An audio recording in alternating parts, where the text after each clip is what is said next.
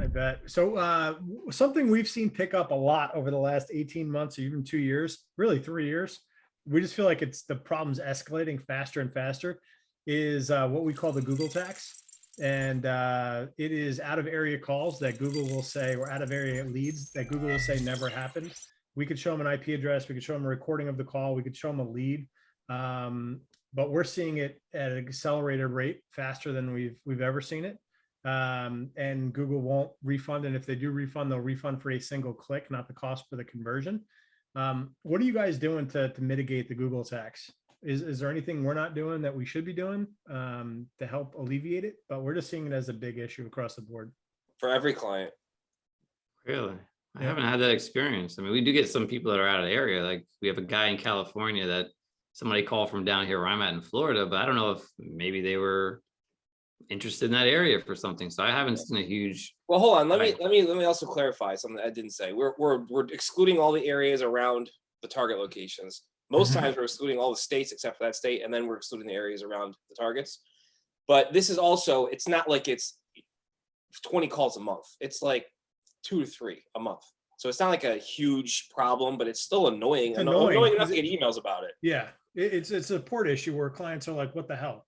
Yeah, that's why I bring it up, because it's just a frustrating thing that we have to deal with that Google won't acknowledge. And no, they just like, they're like, "Oh, it never happened." And I'm like, you go back to the client and be like, "No, Google said it didn't happen." And you're like, "I just talked to Deborah in Wisconsin. I'm in Miami. What's going on?" I'll see some weird search terms too along those lines where it's like, plumber race scene Wisconsin or something. I'm like in targeting people in Allentown, Pennsylvania or something. And we've had a few out of area calls, and it's not a huge thing, as Rob noted, but it's a client, you're on the client's radar all of a sudden because they're like, we said we only serve this area. And I can show them we're only targeting this area, but for some reason we got a call from that area. Yeah, and then we try to explain it's the Google mobile targeting, because the majority of the time it's a mobile issue. It is almost all the time. Yeah, and then we just say that it's the Google tax and that it's an issue with Google's mobile targeting. And I'm writing that down. Yeah, we have a video on it. If you Google the Google tax, or if you YouTube it, you'll see the video come up, and it's just we just call it a cost of doing business with Google, unfortunately. And which brings you to one of my favorite things: the people who absolutely hate Google but have to advertise on it. Isn't that everybody? There's some that are more intent than others. There's some that are writing manifestos even as we speak. Are you guys, so when you're getting those calls, are you doing like we have a master negative keyword swipe file and put all the states and states abbreviations in there? Are you putting those in there? This is this isn't at a, it's just your ad serving. This isn't at a keyword level. This is ad serving outside geographic targeting. Even if you look in Google, it's saying that it never happened in the locations where all your clicks. That's you don't even see it in there. So I don't know what the hell it is. It's not in the IP addresses, but we can see it in ClickCease. We can see it in we can see it in CallRail, the recording. All we can really do is just block the number if that's even worth it. Sometimes Debbie has never been outside of the state of she's not driven through Miami. She's never been outside of Wisconsin.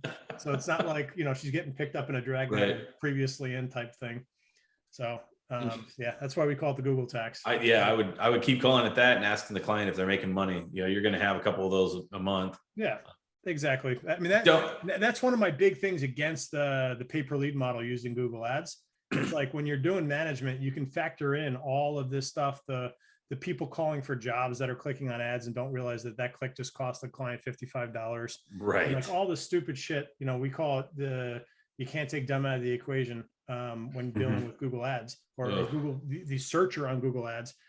So when you factor that all into the cost of management over the course of the month, it'll make sense and it'll pan out. But when you're doing it on a pay-per-lead basis and you've got to factor in losses that clients aren't going to want to pay specifically for, pay-per-lead can be brutal with Google Ads. I love it with SEO, but Google Ads always makes me nervous when it comes to pay-per-lead. Yeah, I've tried it a few times and it doesn't work consistently for me for all those issues you talked about. If you're in roofing, it only takes one click to blow the cost per lead, or a few clicks to blow the cost per lead, and then one or two leads that people want to argue about Understandably, because they aren't leads. Yep. They're a guy looking for a job. Yep. And And that then if you happens go all the to- time in the trades. Yeah, and if you go to Google, Google will say, well, technically it is a lead because that person did exactly what it is that you wanted them to do. They searched for roofing company, they clicked on it. Now they're like, I'm looking for a foreman job. So yeah, it sucks, but that's my main gripe against it. And if you've got, you got 4 agencies here that run Google ads for a living, and they're all telling you they don't like pay-per-click, with the caveat that we like revenue shares and revenue splits. Like Dustin, I know you like that. And that's a different scenario because it's not a per transaction cost. It's okay. This is the block of leads and this is the revenue we're going to share in it. And it's not a one-to-one transaction. It's a bit cleaner that way, but you got to have a lot of trust in place and really have some good ways of checking and calling their bullshit, if you will. You have trust issues. Yeah, exactly. Yeah, so the one that I like the best that we do for some clients is a hybrid. So they pay the ad spend, we do the management, right? Because now there's a shared kind of skin in the game sort of a thing. It doesn't have to be that way, but I find that it works better because I know what my team is I know it's gonna cost to do the work, and sometimes it's cheaper for them to just do it, just pay us a flat management, depending on how many leads they're going to get or what we charge. But I think that's another way to make it something where you can both win. Hey, look, we're going to work the management at no cost, but per lead, we're going to get X dollars. And I've got clients that have been doing that for years. And, Right. We just bill them every 2 weeks, or we bill them up front, deduct from their reserve that they have set up, and then give them a report at the end of the week. If you want to dispute them, feel free. But until you do, we're charging you for them. And I think it can be a great model if you want to do that. And the reason why I say that is because sometimes you want to, you have something really good, a campaign that works well, and you have somebody that wants to grow. Well, let's both grow. Like, we'll put in the extra work. Like, I'll find things that they don't pay me to find that might help us. I'll spend money on new landing pages, developing them or whatever, testing new stuff, because if I can get more leads, I'm gonna get paid more, right? He doesn't have to pay for that. So I think it can be a really good approach if you want to go that route, but I'm not saying everybody should. So Got it. Very cool. Nick, you ever do anything on the paper lead or rev share? I can't do it because of RESPA. I don't have a real estate license and I don't plan on getting one. I've been offered that, once a month. But it's okay to have trust issues when you're dealing with my industry. So usually they want to do that. And then how do you track when that house was sold or how that house was sold? Yeah. Yes, we avoid it. I mean, I get the theory, and I'm good friends with Dan Wardrobe. And Dan's like, man, you got to do this. This is you can make a lot of money. You're really good at PPC. I'm like, my risk appetite isn't that big. It's that I get where the value is. I don't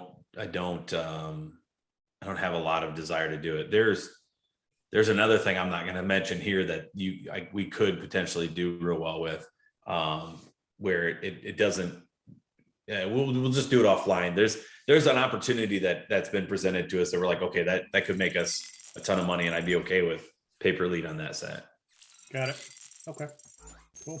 All right, guys, let's hang up now then, Nick. Let's talk. Just kidding. All right. All right. Yeah, I just want to hear that. Yeah.